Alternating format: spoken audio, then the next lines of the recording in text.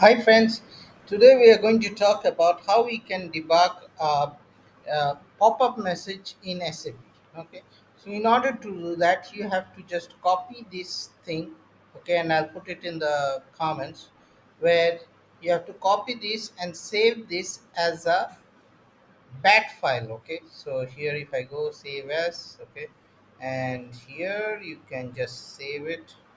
If you see, it's already saved as debug 13, but what I'll do is I'll just change it to 14 dot bat file. Okay, and I'll save it. Okay, the moment I do this, this gets saved. Now how will I debug a pop-up message? So the pop-up message we are going to debug is FV60.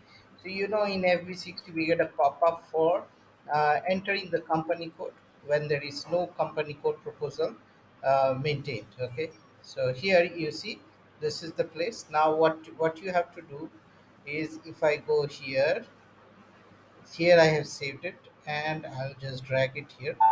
The moment I do this, the debugger is switched on, and now I can debug it very easily.